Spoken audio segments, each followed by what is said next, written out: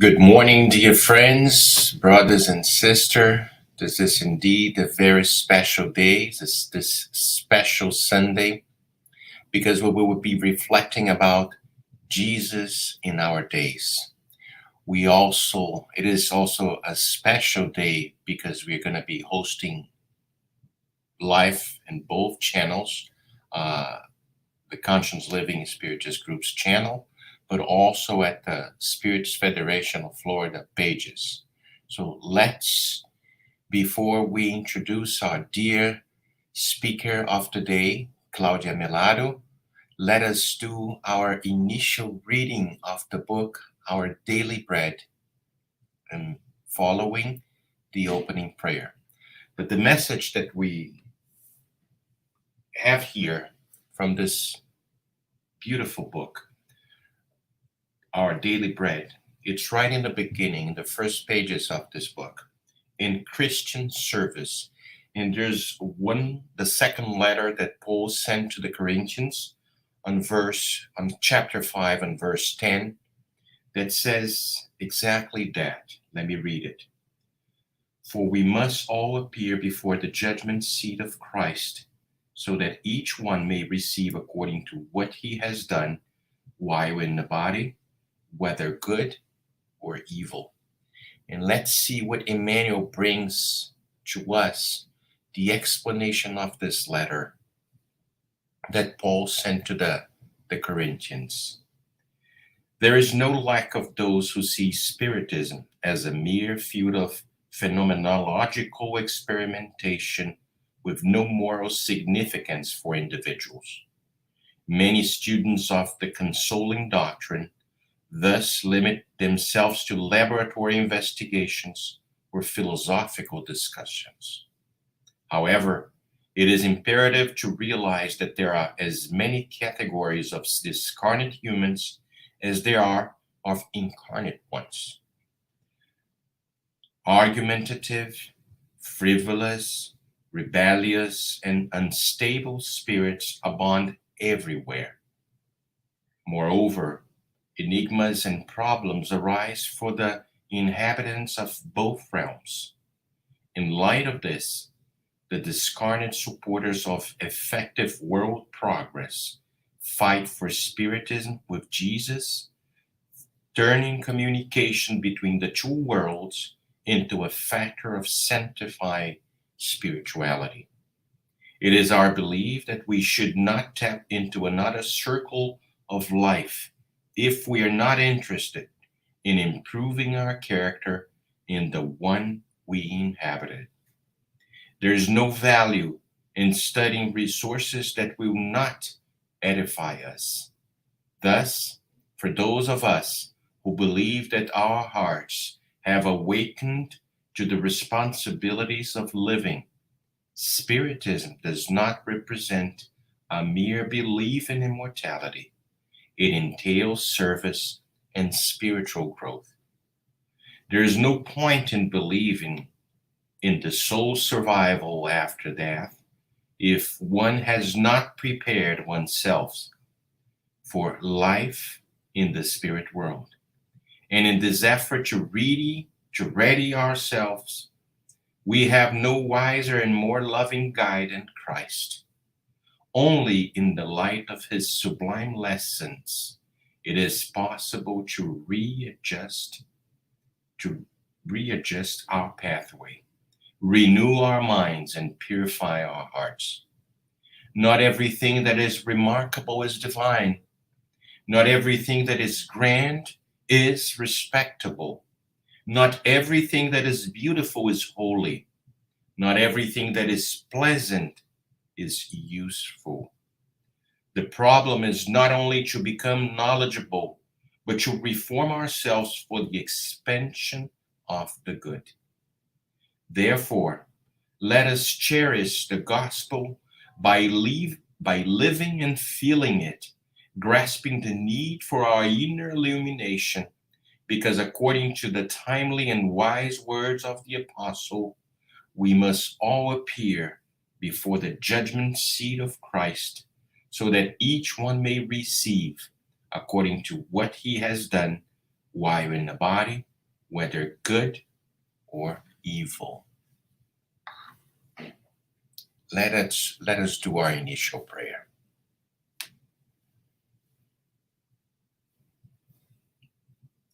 Dear Father above, we are very happy to be here in this beautiful Sunday morning. Your Son, our dear brother Jesus, built something marvelous about how can we go ahead and become someone else different than what we were in the past.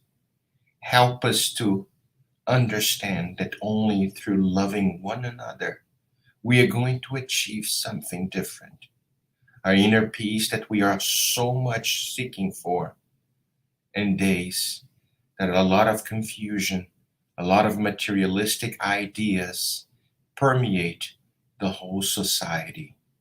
Help us to understand that the characteristics of the divine soul, which we all are, has an importance in transforming this inner world that we have inside.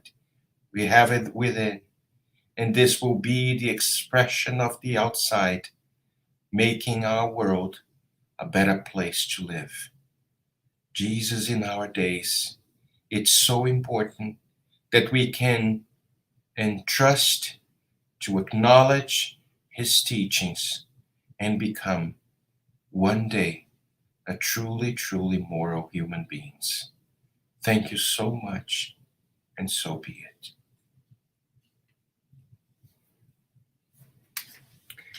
Well, we are here, very happy. We have our dear Claudia Mellado. Claudia Mellado is a worker from Fraternity and Love Spiritist Center, but she's also the treasurer of the Spiritist Federation of Florida. She's a dear friend, she's a wonderful soul, and she's going to share with us Jesus in our days. Let's all give her a warm hug, even though if it's virtual. Let's embrace her so she can walk through his thought, through her thoughts, and bring us Jesus again. Thank you very much, Claudia. Claudinha, as we call her. The word is yours. Thank you so much, and I appreciate these welcoming words. It's really a pleasure being here today with you all. Some of you already know me, right? I can see the hellos, and thank you so much for welcoming me as well. And first, I would like to mention, right, this beautiful video that the Federation brought. What a amazing messages accompanying it, right? This from this book, Happy Life. We have seen through the books of Joana de Angelis by Divaldo Franco so much excellent information for us, so many beautiful and positive messages that make us review ourselves, think about the goods and the possibilities of the future to come. And also, the message that Marcelo brought us, it has everything to do with this topic today. So what a great start for our day. And before I go straight to the book, Jesus in Our Days, and this topic comes from the book of Joana de Angelis, Jesus in Our Days, written by Divaldo Franco. And I fully recommend the reading because I'm going to bring just few passages from the book. But what a great, great book, amazing book to read, to learn from, and to understand more the teachings of Jesus. So before I started going straight to the book, I would like to talk a little bit about some messages from Bezerra de Menezes, right? Because he has been bringing so many messages using the mediumship of Divaldo to talk to us. And he has been warning us from these difficult times that we are living currently, right? All these challenges that have been arising from everywhere. The multiplicity of aggressiveness, of violence that we have been experiencing. and calling our attention for us to review our ethicals and morals, because we see that many of these aggressiveness, many of these violences that we are experiencing, seeing throughout, it is because of intolerance. It's because of the lack of the necessary virtues to be that good person that the gospel, according to Spiritism, talk to us and call us to work on, right? And it's important then that us Spiritists that already have this message, we be able not only to work on ourselves, and most important to work on ourselves, so we can give an example and talk about, I would not say to preach, right? We don't have to put our beliefs into anyone, but when we talk with that love, with in a pacific way, being that meek person that the gospel called us. So very important for us to remind these messages from Bezerra de Menezes, because he is warning us from these times. He has been warning us from this time for a very long time. And if we think about before the 2000s, we had a lot of struggles, we have a lot of challenges, and yet we have not seen nothing similar to what we have been experiencing from the past few years. So going to the book of Jesus in Our Days, we see that Joana de Angelis is doing exactly the same thing. With other words, she is asking us to review what is going on with ourselves and also with society in general, right? And she asks us to urgently include Jesus' teachings in our education. She asks us to look for the Jesus man, that one that walked on earth, that gave us and brought us teachings and examples for life. Sometimes when we think about Jesus, we think about the Jesus Christ, and we say, oh, but it's Jesus. How could we even try to do what he did, right, when he wasn't here? But when he came to earth, he experienced everything with his disciples and everyone that was around him. And from that experience, he gave the teachings. So he showed the best answer, let's put on this way, for each situation that he experienced with the disciples and those around him. And if we go to the Spirit's book, question 625, the Spirit tells us that Jesus is our guide and model. So of course he needs to be in a higher level than us to show us the appropriate way to respond to every single situation in life. If we have someone making the same mistakes that we are, how can we use that person as a guider, right? But Jesus showed us the best way possible to achieve all the situations that he was going through with those around him. And if we think about this, it's not easy, right, to follow Jesus. It is a challenge because he asks us to act sometimes in ways that goes against our desires. He asks us sometimes to leave behind certain things that is exactly what we want. And I would like to bring a parable of the young rich man just for us to have an idea how that works, right? This young rich man comes to Jesus and asks him what he could do to be in the kingdom of heaven. And Jesus tells him, obey the commandments. And he tells Jesus, but I have been doing that throughout my whole life. And then Jesus looked at him and said, go sell all your possessions and follow me. When Jesus said that to him, he did not want all of us and every single one of us to dispose whatever material things that we have. It's just that looking inside that young man, he saw that he was not challenged in his life. By being rich, he was in a position of easy life. He was not being challenged, right? He has everything he could possibly needed, and he did not need to leave that comfort zone to be challenged on the struggles of life and show himself the true self that was hidden because of this lack of struggles and challenges of his lives.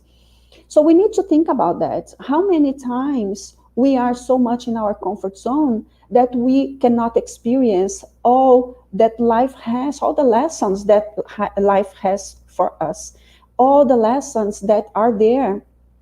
And so many times we pointing fingers of others not being able to go through, without thinking that, what if I'm in that situation? Am I able to also do that?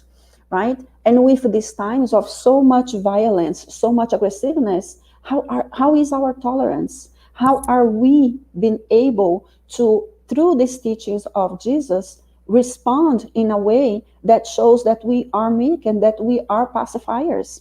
That we can, although dealing with that difficult person, how can we respond in a way that Jesus' teachings tells us that should be, right? I'm going to step out a little bit from the book of Jesus in Our Days from Joanna de Angelis and go to another book of hers that's called Plenitude. And she, in chapter 8, if I'm not wrong, she mentions how we need those some steps really for us to think about our doctrine and to think about the philosophy that we have embraced as a spiritist. What is that we believe, and how, and we believe and why we believe in what we believe, right? So she talks about the belief rightly.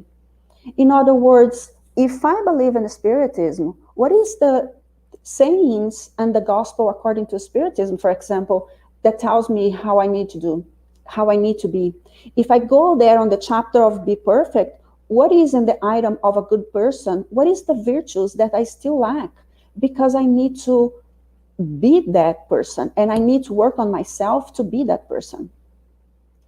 Of course, and we can remember about that other parable that say some seeds 100%, some seeds 60%, right? And that's us. According to our maturity, we will be able to act one way or another and respond to this Be Perfect, to this good person, as we are being able to go through the challenge of life and raising within ourselves these virtues. So when she says believe rightly, what she wants us to do is be able to think, why do I believe in things the way I do? We have heard of spiritists before, when seeing someone committing a grave, a harsh crime, a grave crime, saying, oh, this person needs to be killed, cannot be with us in society. And then if we think about it, wow, but one of the first commandments is not, you shall not kill. So when we as a spiritist, we don't act and we don't speak righteously within that we believe, how can we expect others that have not the same information that we have also act rightly? So when we believe rightly, when we think rightly, when we want to live righteously, then what happens is we will think and we will put as much effort possible to also live and act righteously, right? So it is really a call for us to think about, what is that I believe, what I want to see in this planet, in this world happening, and how can I be part of it and really work on it, right? There is a saying from Jesus that says, come to me, all of you who are weary and burdened, and I will give you rest. Take my yoke upon you and learn from me, for I am gentle and humble in heart, and you will find rest for your souls. For my yoke is easy and my burden is light. It's telling us that, yes, it is a challenge to experience and live by Jesus' teachings. However, when we are able to do so, we will feel this burden much more lighter. We will feel the presence of the good spirits, Jesus itself, giving us that inspiration to do better each and every day. And if we think about the Jesus teachings, we know that the law of love, it is everywhere. Every single teachings of Jesus comes from the law of love. And one of them that we can think about is the love your neighbor. right? And in a first moment, if we think about the law of your neighbor, we will think about the law of reciprocity. I give, I help, and I am helped. I give, and I received. And we will think about friendships, right? And we will think about good times. However, are we able to live in such a state all the time? Sometimes within our family members, within friends and co-workers and people that live among us, that we cross path and that are called our neighbors, so to speak, how many times we have get irritated with them and we have been intolerant. So one of this law, that the law of your neighbor, it seems so easy, and yet how many times have we fought, have felt irritated with that person, or have really kind of go in a war, mental war with that person? So how many times have we not really truly be able to love our neighbors? And if we think that this law that is easier, how about that one that, I don't know for you all, but for me, it sounds to me one of the hardest laws from Jesus is that love your enemy.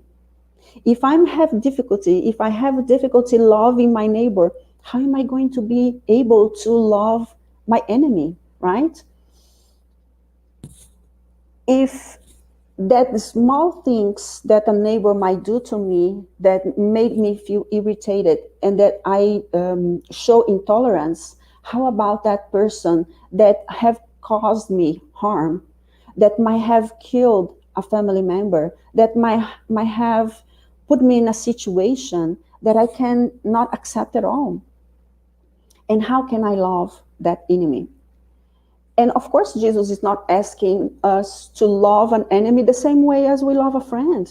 We all know that. We can go there to the gospel according to Spiritism, which we call as manual of a good living, right? And we can read all about it. And it talks that, and it tells us how it is not the same love. However, the problem of the sinner, it belongs to those that practice it. It is never between me and my brothers and sisters. It's between me and God, between me and the divine laws. And when we think about that, and that Jesus said that God does not want the annihilation of the offender, but the infraction itself, then we need to rethink about it, right? What is expected from us? What can I do when I am not able to love an enemy? And I would like to bring a story that is a true story.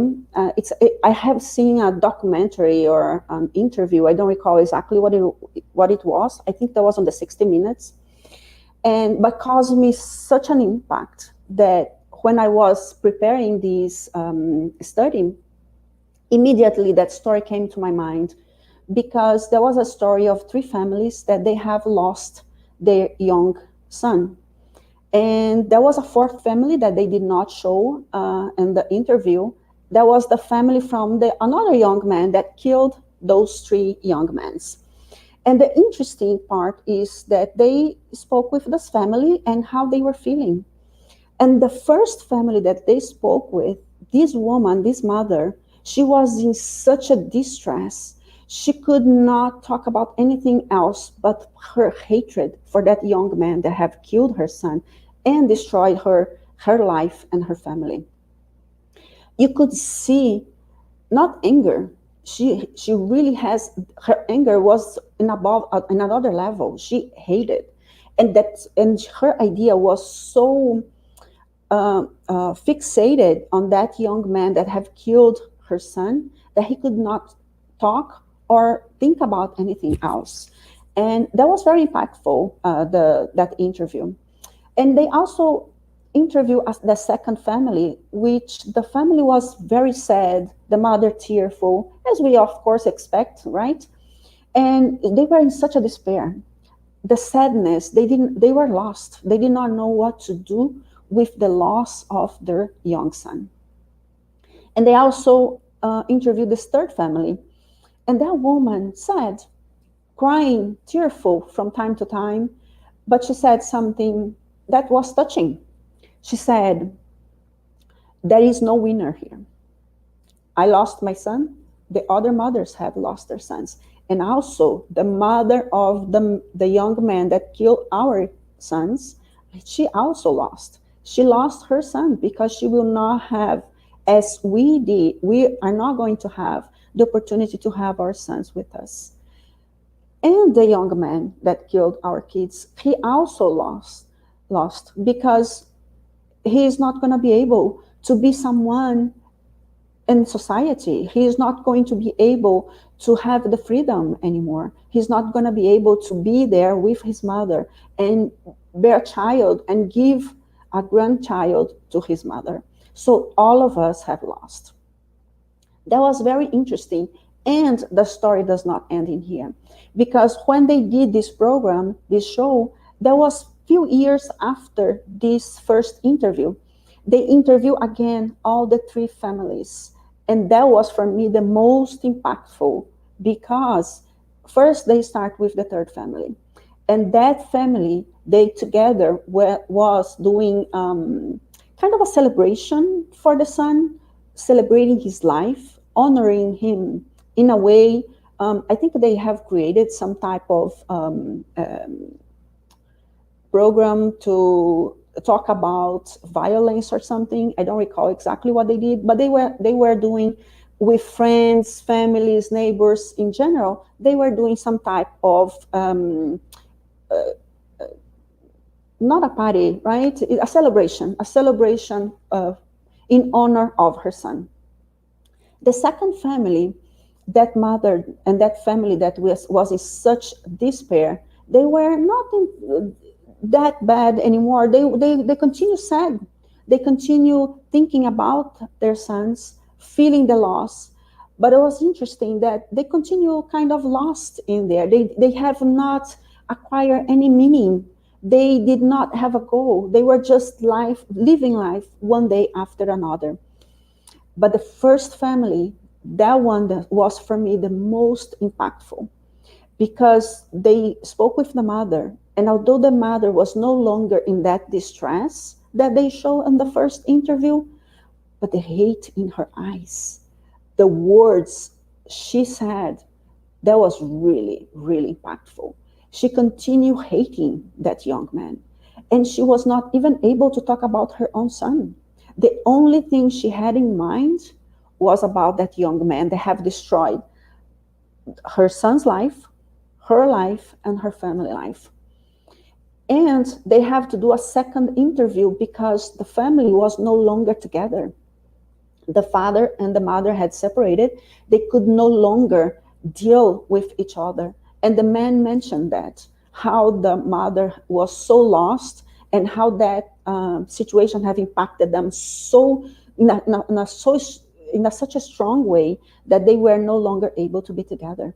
So the father and the other kids were separated from the mother, and they were living their lives the best they could. But that mother, she was stuck, still in that situation, not able to forgive at all that young man that have committed the crime. So that story impacted me a lot, and makes me feel, because one of the most important part of the law of love is forgiveness, right? If we are not able to forgive, how can we move on? If we are not able to forgive, how can we love our neighbors? How can we love our enemies? So that is the first part, being able to look forward and say, well, maybe I cannot forgive that person right now. It is really too much. He has killed my son. But I will give to divine justice the opportunity to do whatever is needed with that person. And I will move on in my life. And when I have the opportunity to, when I have the capacity to, then I might forgive. And that's fine, because depending on our maturity, we are not yet able, and would be hypocritical, right? To say, oh, I forgive you, I just don't want to see it anymore, right? So when Jesus gave us all these teachings, and when we talk about understanding the teachings of Jesus and try to apply, of course we need to look into what we already can do. And going back to St. Augustine and the Gospel according to Spiritism, and also on the Spirit's book, he tells us that recipe. Look for our actions. What I'm doing with what I already know. What are the virtues that I already have? What have I done good in this day? And what I still need to work on? What are the not good actions that I have engaged and that I need to correct, right? And then one day after the other, we will gonna become better each and every day. In Happy Life, Joana de Angelis writes to us, never repay a wrong with revenge. Bad people are sick but do not know it. Give them medicine that will lessen their confusion and resist the eye for an eye. Approach if others offend you, that is their problem. But if you offend others, the situation reverses and the problem becomes yours. The offender is always worse off. Be mindful of this and go your way in peace. And so many times we hold to that harsh feelings, right? We feel in our pride attacked, and many times we want the revenge. And the revenge sometimes does not sound very straightforward, right? I want this person to die. I want this person to go through everything they have done to me. But we are quick to say, wait until the divine justice catch that person. And right, that is a revenge. How many times have we made mistakes? So we also need forgiveness. And maybe not as we might not do such a strong actions, so bad actions on our eyes, but how many times are we just like that young rich man, that because of all that we already have and living in this comfort zone, right, that we are living in, we have not gone through the difficulties that so many people out there are going through. And so before judging, let's think about ourselves. What is that I need? So another important teaching from Jesus, do not judge if you do not want to be judged. When we point fingers, very quickly, we have that highlight, that light within us, right? And every time that we make a mistake, people are, it talking and pointing fingers, but how about yourselves? And it's interesting because Jesus, he works in favor of education. He wants us to learn, and he wants us to understand all the laws and apply those laws, starting with ourselves. If we think about that adulterous woman, what Jesus did? Well, he did not accuse her, and he did not accuse her accusers. If we all remember that that passage, right? Jesus wrote in the sand. It said that he wrote the sins of every one of the accusers, but he never said, you have done this, you have done that. He just wrote in the sand the sins. And because of his moral, because of that magnetism of him, every single one realized that what he was writing in the sand belonged to them. And says in the parable that the oldest left first and after the youngest. And that's something for us to think about it. Why are we accusing if we have so much that we need to work on as well? So we need to be in attunement with those teachings of Jesus in order for us to improve ourselves and be better each and every day. Going back a little bit again to the book Jesus in Our Days, Joana de Angelis tells us that we have to have the courage to choose the best. Because it's not easy. As we said before, many times our desires ask us for something, and Jesus' teachings ask us for another things, right? How many times we have said, oh, but I want this. And yet, everything is permissible. but not everything is beneficial, told us Paul. And let's think about that. What I'm doing today will gonna cause me any harm tomorrow? Or how about in the next life? The Spirit tells us that sometimes a second of an action that was not reasoned and thought can cause us harm for centuries from several lives. And we need to be careful with that because it's us that we're going to be experiencing the consequences, right, of our actions. So when John de Angelis tells us to follow Jesus, to include his education in our days, it's for us to understand why every single one of those lessons, it's what these lessons are calling us and why we need to do that way. Understanding why we need to do what we need to do, why we need to follow those laws, will gonna give us an easier life, not easy, right? An easier life because we're gonna have a meaning. We're gonna have a meaning for the sufferings. We're gonna have a meaning for the difficulties, the obstacles that we are going to go through. And if we look out there with so many things going on, we know we need it. We need to be those meek and peaceful human beings if we want to stay on earth, right? Because just those that are meek and peaceful will be on earth when regeneration comes in our days. So she also tells us that problems we all have, and for now, they are reasons for progress. How can we progress if we are not put it into challenges in our lives? How can we know if we are tolerant, if we are not among people that think differently from us, that say things differently from us? How can we understand how respectful we are for every single one around me if I am not challenged, if I am just among friends, if I am just among those that think exactly the same way I think? So it's easier to be in a spirit center, for example, in that 1 hour, just talk with sweetness and in a way that everyone is so friendly, right? But how about when we start discussing with other people that thinks different from our beliefs? How difficult is that? How difficult is for us to accept that the other person might also be right? It's just talking in a different way.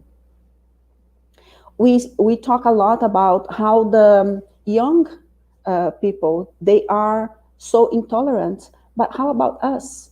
Are we able to sit down with those young people, these teenagers, these children that are debating with us, and accept what they are saying and try to understand why they are saying the things the way they are saying? Right? We say the troubles teens, but we know that they are grabbing everything that they have learned as a child, and they are bringing within them everything that they have learned from previous lives and try to make understanding within the world that we are living in this moment. How tolerant we are when we are sitting down with the other person. It's so difficult because we think we are right. We think that we have the answers. We think that because we have read the whole Spirit book, we have read and studied the gospel, we know everything. But sometimes things shows in a different way. How about if that person, from the perspective that they are thinking, they are saying the right thing? And the words might not express exactly what we want to hear. And yet, in one way or another, they might be right. Let's give ourselves the chance to hear other people talking and try to understand their belief systems and try to understand their thoughts so we ourselves can also analyze and see what is in here for me to learn. When we talk too much, we don't hear the other person and we continue thinking that we and only we are the right ones. Let's understand what is going on out there and let's be tolerant. And sometimes there is much more to be quiet when someone that does not know what they are talking, let them talk, because we are strengthening our beliefs. This person is not saying the right thing because this and that. And they are not able at this moment to understand the truth. So let's time give that person the opportunity to learn. Right now, everything that I say will go into their ears. And there is so much maturity, a spiritual maturity, to do that, to be quiet when we are hearing someone saying bad things, wrong things, and we don't accept, right? So it's really rethinking about what do I need to still learn? What do I need to work on myself to be in attunement with the teachings of Jesus? And Joanna de Angelis, we're going to say that only perseverance, time, and work can lead to victory, not only for all of us as society, but for ourselves. How can we live in a society that is peaceful if we are not peaceful from within ourselves? So it is not to eliminate the struggles, it's to give meaning to it. Why am I going through this? What is going on that I need to deal with this person that is so aggressive? Why am I living in these times? Why am I going through this sickness, these challenges that life is bringing to me? The arguments of unhappiness and dissatisfactions are escape mechanisms, tells us Joanna de Angelis. Because if we are unhappy and dissatisfied, most likely we are not looking forward to work those challenges, to challenge ourselves with that challenges that life brings to us, right? So when we are unhappy with our lives, let's thought about what is missing. What do I need to do to make my life better? Because even if the situation around me is chaotic, but if I have peace within myself, I can go through with those struggles with another understanding, with another meaning. And so I can go through it.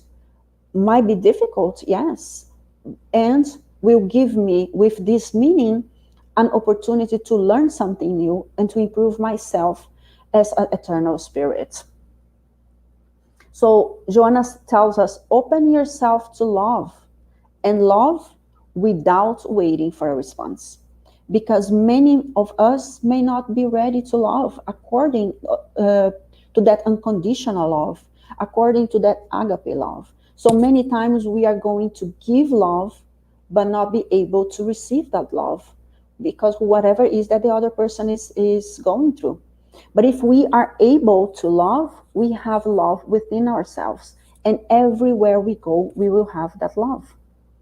If we need the love of others in order to feel the love, and then we are going to be walking throughout life without love, just waiting when someone is capable of loving me. And just to go to finalizing already, right, our study, I want to bring another message of Joanna de Angelis from the book Happy Life. And she said, thank God for your existence. Praise God by living a wholesome life. Exalt God's love by fulfilling your duties uprightly. Honor God by giving a devoted and faithful servant. Introduce God to humanity by being a model friend, brother or sister in all situations. Glorify God by working for the good of all, your brothers and sisters in humanity. Respect God by obeying the sovereign laws governing life. Acknowledge God in everything and everyone by leading a happy life as God's beloved child.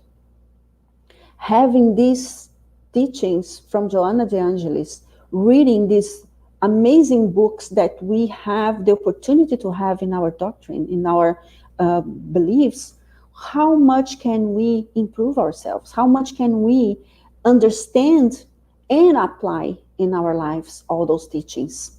So let's acknowledge God in everything and everyone by trying as much as possible lead a happy life.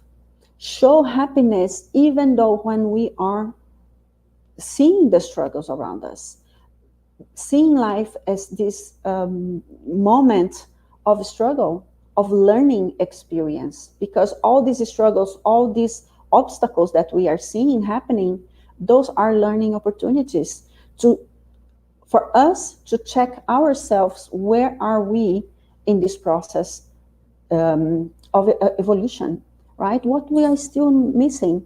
Let's go back to the gospel according to Spiritism. Let's read that page over and over on the chapter of Be Perfect, of Be the Good Person. What is to be a good person? What am I missing?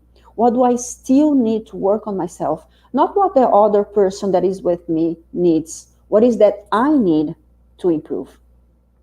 So with that in mind, let's make our lives, our days, opportunities of improvement. Let's accept and allow the teachings of Jesus be present in our everyday. And every time we go through a difficult situation, let us think about a teaching from Jesus that could help us to go through that moment, that struggle, that difficult time in a way that will make us feel that Jesus is right there with us, giving us that strength to improve and uh, to have that victory, right? That Jonah De Angelis told us. So let's be a model, us spiritists, that we have the opportunity to know so much. Can we be a model and a guide for those that does not have the information that we do have? It is maybe a hard thinking. It's maybe a difficult expectation, right? But if we with so much information that we have, we cannot be an example, at least now and then, what to expect from our planet. Let us be that little light that give hope to those that still in darkness. So thank you everyone for having me. And let's ask for God to give us this intuition. Let's ask for Jesus to be with us and the good spirits to give us this strength to keep on going and learning each and every single day. Thank you very much, Claudia, for your reflections, sharing with us uh, a kind of a pathway. I know the line of work that you do. You're a psychologist, so you're very well the way that you explain how we can relate and sometimes, shut our mouths and give a way for the others to talk about their. Well, I'm not going to repeat the lecture because of Mm-hmm. course it's going to bring like a lot of reflection. Thank you so much. I'm going to invite you to conduct the final prayer for this beautiful Sunday morning. All right. So let's continue with our thoughts elevated, thanking God for this opportunity of today, studying those lessons of love, of justice and charity. And let ask Jesus to be with us. We know that He is always with us, but let us be with Him. And also ask the good spirits that is always here, inspiring us to not leave us alone in those moments of so much darkness out there. So we can see the light, and who knows, maybe even be a little bit of a light in someone's darkness. We thank you, Lord, for the opportunities we have always been receiving, the opportunity of being a spiritist and learning from your teachings in such a clear way. But also, we want to take this opportunity, this moment, to ask for our planet, to ask for all of those that are suffering, for all of those that have lost their homes, their families, because of the wars, the catastrophes surrounding their lives.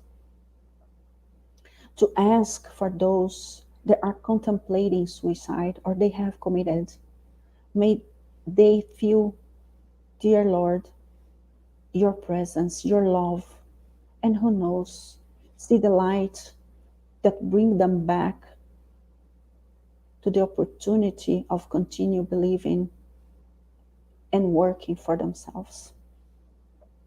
Also asking for all of those that are sick, body or soul, and for all of us that are learning, working, experiencing life, understanding these Jesus teachings, but so many times we still struggle so much to work on our virtues. Dear Lord, inspire us today and every single day of our lives so we can continue improving and being fraternal pacifiers, working on ourselves and help others that might be in our path. Thank you again for being with us today and ever. And so be it. Thank you very much, Claudia. Thank you very much for each and every one that joined us in this morning. And have a blessed Sunday morning. Thank you so much. Thank you, everyone, and have a great, great weekend and week that is coming.